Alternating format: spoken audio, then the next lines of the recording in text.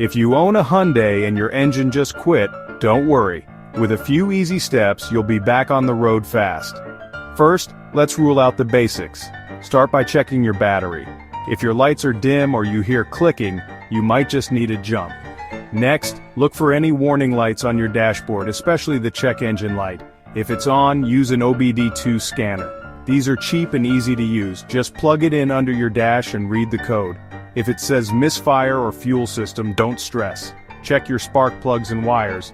If they're worn or dirty, replace them. Still nothing? Move on to your fuel. Make sure you have gas in the tank. Sounds obvious, but it happens. If you do, check your fuel filter. It could be clogged. Replacing it is quick and inexpensive. Next, listen for strange noises. If you hear grinding, knocking, or loud ticking, stop and call a mechanic. Those sounds can mean serious damage, and it's safest to get professional help. If everything looks good but your engine still won't start, the problem might be with your starter or alternator. These parts are best checked by a pro. Remember, most Hyundai engine problems are simple to solve. Start with these steps, stay calm, and you'll be miles ahead. And if you get stuck, don't hesitate to call for help.